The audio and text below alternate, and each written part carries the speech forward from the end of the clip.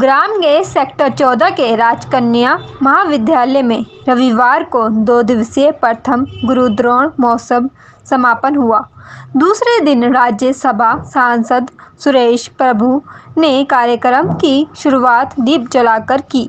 इस कार्यक्रम में 18 विभिन्न प्रकार की प्रदर्शनी भी लगाई गई, जिसमें सबसे आकर्षण केंद्र 250 साल पुराने सिक्के और रुपये की प्रदर्शनी रही। इसके अलावा पुराने समय के न्यूज़पेपर की प्रदर्शनी के स्टॉल पर लगाए गए।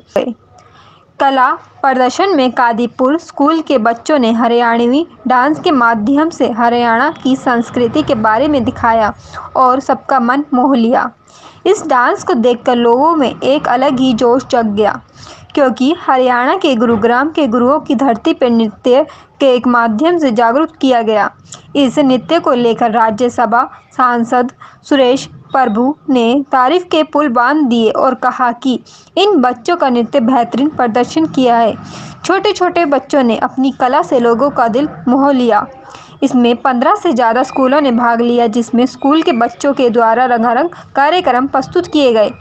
विभिन्न प्रतियोगिताएं रखी गई, जिसमें बच्चों ने बढ़ चढ़कर भाग लिया। सांसद सुरेश प्रभु ने वासुदेव कुटुंबकम सेवा संस्थान, री अर्थ life, national human welfare council, youth foundation, electropathy व प्राचीनतम दस्तावेजों के संग्रहालय की भरपूर तारीफ की।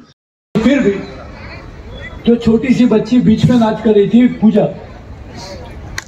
तो पूजा, मैं आपको यकीनन कहना चाहता हूं कि सभी बच्चे हैं और ये पूजा भी आने वाले समय में इसी के ऊपर थोड़ा सा फोकस करेगी, तो मुझे लगता है सिर्फ देश की नहीं तो पूरे विश्व में एक जाने मानी कलाकार भी बन सकती है, बनने जरूर बनेगी, इसका विश्वास। क्योंकि ये उपलब्धियां मिलेगी, पाई जाएगी।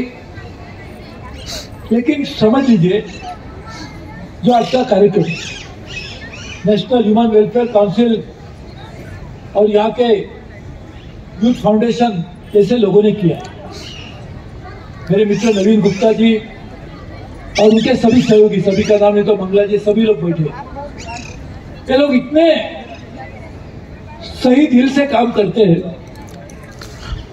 कि हमेशा कुछ ना कुछ कार्यक्रम गुड़गांव में होता ही रहता है, गुरुग्राम में। लेकिन आज का कार्यक्रम यदि इसका आयोजन नहीं किया जाता तो शायद हमें पता भी नहीं चलता कि हमारे पास कितनी बड़ी मात्रा में टैलेंट है। हम जैसे पवित्र स्थान पर गुरु द्रोणाचार्य जी के याद में उनकी स्फूर्ति पाने के लिए एक बहुत ही अच्छा कार्यक्रम आज़ादी के अमृत महोत्सव के सिलसिले में मनाया गया। मैं मानता हूं कि इतना अच्छा कार्यक्रम मैंने तो अभी तक नहीं देखा, जहां पर छोटे बच्चे हो, बच्चों को सिखाने वाले शिक्षक हो, संस्था चलाने वाले संस्था चालक हो, यहाँ काम करने वाले एनजीओज हो, सभी लोगों ने मिलकर, सभी अलग अलग क्षेत्र में काम करने वाले लोगों ने एक अच्छा कार्यक्रम बनाया,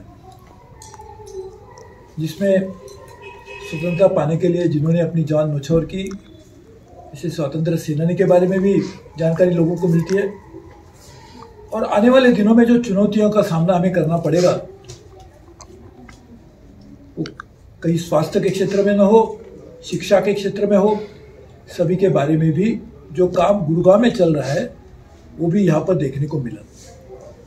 तो मुझे लगता है एक जगह पर हमारी प्रयास और दूसरी जगह पर आने वाले चुनौतियों का सामना करने के लिए भविष्य के साथ क्या करने की आवश्यकता है, ऐसे सभी चीज़ों के लिए एक ही स्थान पर एक बहुत अच्छा कार्यक्रम आयोजित किया गया है।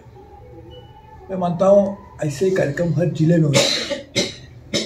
स्वतंत्रता संग्राम में जिन्होंने अपनी जान की आहुति दी, ऐसे जो लोग हैं, उन्होंने भी यही सोच के काम किया था कि लोगों का जो विकास होना चाहिए वो संपूर्ण विकास होना चाहिए, शारीरिक होना चाहिए, बौद्धिक होना चाहिए, पर्यावरण की भी रक्षा होनी चाहिए, लोगों को अच्छी मात्रा में आर्थिक स्तर पर भी कुछ मिलना चाहिए, लेकिन ये सभी होने के साथ साथ हर आदमी स्वावलंबी होना चाहिए, अपने पैर पर खड़ा होना चाहिए। और पैर पर खड़ा होने के लिए व्यक्ति का विकास ये बहुत बड़ी बात होती है। समाज का विकास होने के लिए व्यक्ति का विकास आवश्यक है, और जब तक व्यक्ति और समाज का विकास नहीं होता तब तक देश की स्वतंत्रता बरकरार रखने में लिए हमें चुनौतियों का सामना करना पड़ेगा। इसलिए आज का जो कार्यक्रम हुआ उसके लिए मैं सभी लोगों को बहुत बहुत बधाई देता हूँ। नवीन गुप्ता जी, उनके सभी सहयोगी, सभी के लोगों ने जो काम किया उनको भी बहुत बहुत सच्चे दिल से उनको बहुत बहुत बधाई देता हूँ। और ये उम्मीद रखता हूँ कि आने वाले दिनों में भी ऐसे कार्यक्रम होते रहेंगे, और सिर्फ गुरुग्राम में, सिर्फ हरियाणा में नहीं, तो ऐसे कार्यक्रम पूरे देश के अलग अलग हिस्सों के ऊपर होंगे, ऐसी मैं आशा करता हूँ। गुरुग्राम के अंदर सांस्कृतिक कार्यक्रम भी रखे गए, अलग अलग जिसने हो सका उस सब अपने टैलेंट को निखारा। तो गुरुग्राम जैसे में शहर में तो टैलेंट आप निखर के आया, तो उसको लेकर आपका क्या कहना है? ये तो जो बच्चों ने अपने कला का प्रदर्शन किया, तो देखने के बाद मुझे तो ऐसे लग रहा था कि ये शायद सब प्रोफेशनल बच्चे, स्कूल में पढ़ने वाले एमेच्योर काम करने वाले बच्चे, ऐसा हमें कोई एहसास भी नहीं हुआ। 13-14 साल की उम्र की बच्चे इस तरह से डांस कर रहे थे, अपनी कला की अदाकारी दिखा रहे थे। एक तो पूजा नाम की लड़की, इतनी 13 साल की लड़की है, तो मुझे लगता है उसने बहुत बड़ी ईश्वर की पूजा की होगी, इसीलिए आज उसको इतनी बड़ी मात्रा में भगवान ने इसके ऊपर अपने सब गुणों का उसको दान दिया है। तो मुझे लगता है आने वाले दिनों में बच्चे पढ़ाई में तो काम करेंगे, लेकिन व्यक्ति के विकास के लिए आवश्यक जो भी चीज़ें हैं वो करने के लिए भी अपना योगदान जरूर देंगे, ऐसा विश्वास रखता हूँ। और इसलिए मैं लगता हूँ, मैं तो बहुत ही उनको बधाई देने के लिए भी मेरे पास जो योग्य लफ्ज़ नहीं है, लेकिन मैं विश्वास रखता हूँ कि ऐसे बच्चे पूरे देश के लोगों को भी प्रेरणा देंगे। सर, गुरु को भगवान से पहले का दर्जा दिया गया है, तो कहीं ना कहीं ये चीज़ें आज की डेट की युवा की जो बात करें कहीं ना कहीं कम होती जा रही है, तो क्या मैसेज होगा आज के युवाओं के लिए? देखिए, एक हमारी मानव का इतिहास आप देखेंगे तो एक हमारे पृथ्वी तल पर हम मौजूद रहे, पूरे ह्यूमैनिटी।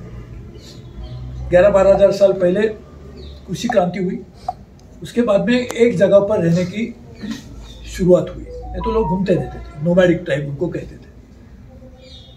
लेकिन 12,000 साल में बहुत सारी चुनौतियां आई, लाखों सालों में आई वैसे, लेकिन फिर भी हम जीवित कैसे नहीं? उसकी वजह एक ही है कि हमेशा हम लोगों ने एडॉप्ट करने को सीखा। जिस तरह से हमारे पूरे सराउंडिंग एनवायरनमेंट जो बदल रहा है, उसके साथ साथ सीखने की आदत हमने डाली। तो मुझे लगता है आज भी हमें करने की जरूरत है। इतिहास से भी सीखना चाहिए, लेकिन भविष्य को भूलना भी नहीं चाहिए। भविष्य की तरफ ध्यान देते तो द्रोणाचार्य जी ने सिखाया था, एक ही पर कॉन्सेंट्रेट करो। तो द्रोणाचार्य जी के जो उन्होंने जो वो पढ़ाते थे, कुछ लोग उनके गुरुकुल में आके पढ़ते थे, कुछ लोगों ने उनके गुरुकुल को भी छोड़ दीजिए, गुरुकुल में जाने को अनुमति भी नहीं मिली, लेकिन द्रोणाचार्य जी को याद करते हुए लोगों ने पढ़ाई। सिर्फ उनके विचार से, उनके पर्सनैलिटी को याद करते हुए उन्होंने प्रेरणा पाई। मुझे लगता है आज भी हमें करने की आवश्यकता है कि बहुत बड़ी चुनौतियां आने वाले दिनों में आने वाली है। जो क्लाइमेट चेंज जैसे एक चुनौती आई है, उसका सामना पूरे विश्व के लोगों को करना पड़ेगा।